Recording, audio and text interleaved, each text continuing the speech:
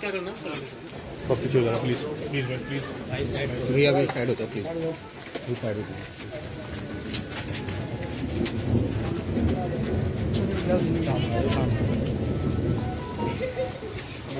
रुक जाओ भाई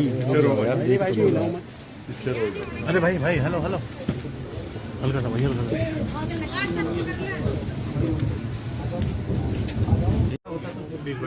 भाई साइड तो साइड प्लीज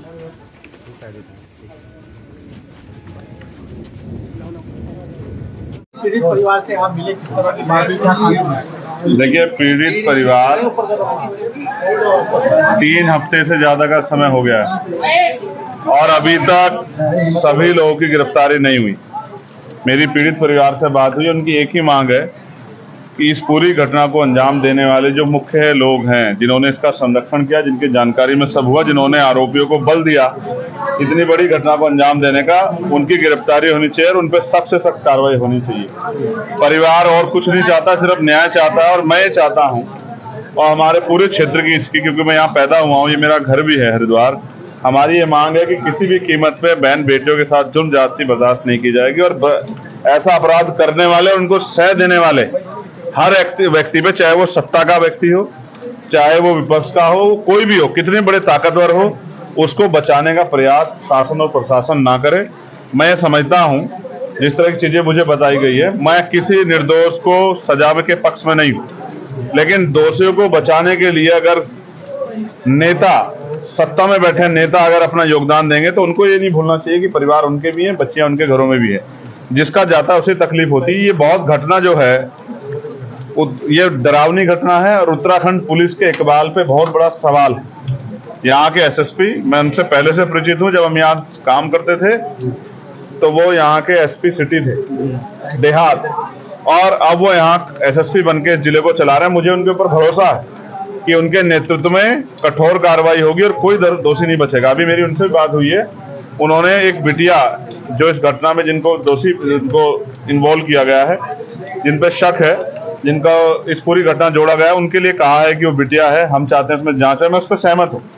मैं नहीं चाहता किसी बच्चे के साथ कोई इस तरह का वो घटना हो, उसकी पूर्ण जांच हो जाए। लेकिन मुख्यमंत्री जी का 2 दिन पहले का बयान है, SC/ST एक्ट में जितने भी मुकदमे हैं और जितने भी उसमें आरोपी, पहले तत्कालिक उनकी गिरफ्तारी होनी चाहिए। जिस तरह से वो ताकतवर लोग बाहर रह के इस परिवार को डराने का काम कर रहे हैं और बच्चियों में और पूरे दलित समाज में क्षेत्र के डर का माहौल है, जिस तरह से वो जो है इनको प्रलोभन और न्याय को प्रभावित करने का काम कर रहे हैं, ये सब अगर उत्तराखंड पुलिस की नाक के नीचे हो रहा है तो ये बड़ा सवाल खड़ा कर रहा है। कहीं ना कहीं संरक्षण सत्ता का अपराधियों को है। मैं मुख्यमंत्री से मांग करता हूं, मैं यहाँ के सीनियर अधिकारियों से मांग करता हूं कि अपनी जिम्मेदारी का निर्वहन करें। और मुझे आशा थी कि उत्तराखंड के मुख्यमंत्री अभी यहाँ मंगलौर में चुनाव था, यहाँ आए थे, मुझे आशा थी कि वो यहाँ आके इस परिवार का दुख बांटेंगे।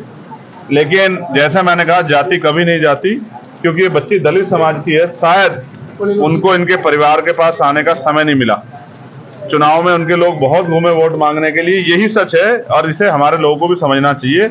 जब तक वो अपने दलों से जुड़ के अपनी ताकत नहीं बनाएंगे, तब तक ये जुल्म उन पे होते रहेंगे। मैं विश्वास दिलाता हूं कि इस घटना को हम प्रथम और आखिरी घटना समझ के इस पर मजबूत लड़ाई लड़ेंगे और आने वाले 3-4 दिन के बाद ही अगर कार्रवाई नहीं हुई तो एक बहुत बड़ा आंदोलन जिलाधिकारी कार्यालय पर होगा। उसके लिए हम लोग अपनी भूमिका अपनी लीडरशिप से बात करके बना दें। हम ये चाहते हैं, हम किसी भी तरह का कोई आंदोलन नहीं करेंगे अगर पुलिस अपनी कार्रवाई को जिम्मेदार से करेगी, आरोपियों को बचाने का काम नहीं करेगी। मैं यहाँ पिछले आधे घंटे से बैठा हूँ और अधिकारी यहाँ नहीं आ पा रहे हैं। इसका मतलब कहीं ना कहीं उनको पता है कि जब सवाल जवाब पूछे जाएंगे तो वो जवाब नहीं दे पाएंगे। जिन अधिकारियों की जिम्मेदारी, वो यहाँ से गायब क्यों है?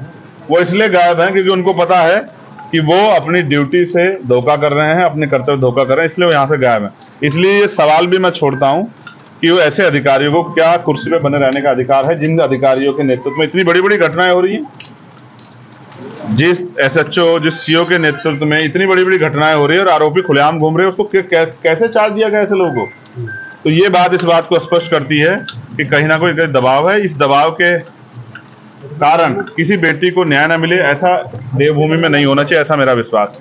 मुझे उम्मीद है मुख्यमंत्री भी इस घटना का संज्ञान लेंगे और जो आरोपी फरार है, पुलिस उनको जल्दी गिरफ्तार भी करेगी, ऐसा मेरा विश्वास। ये की आर्थिक मदद की ये सरकार का काम है। अगर हर चीज के लिए मांग करनी पड़ी तो जब वो जनता से वोट मांगने आते तब उनको शर्म क्यों नहीं आती? ये तो उनको खुद देखना चाहिए कि वो माँ के लिए किस तरह मजदूरी करके अपना पेट पाल रही है। सरकार की जो योजना है जिन पे अपनी पीठ थपथपाती है वो जमीन पे है भी या नहीं, इसका जवाब भी सरकार को देना चाहिए। संसद में बड़ी बेबाकी से आप अपनी बात रखते हैं क्या? वहाँ भी अगर लापरवाही हुई तो सेशन आ रहा है, बजट सेशन, मैं पुरजोर कोशिश करूंगा कि इतनी जो विभत्स घटनाएं घटी है और जिस तरह से अधिकारियों ने इस पर लापरवाही बरती है, इसको मैं पुरजोर तरीके से पार्लियामेंट में उठाऊं और इन अधिकारियों को वहीं पार्लियामेंट में ही अध्यक्ष जी से कह के बुलवा के इनसे सवाल जवाब हो, इनसे पूछा जाए कि ये आपको पर्याप्त तनख्वाह मिल रही है, पर्याप्त सुविधा हो रही है, फिर भी न्याय क्यों नहीं कर रहे हो, फिर भी आरोपियों का संरक्षण हो रहा है, फिर उसमें कार्रवाई क्यों नहीं कर रहे, इसका जवाब इनको देना पड़ेगा।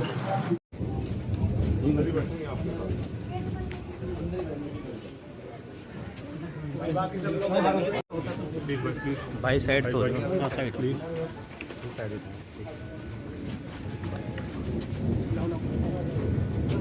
सामने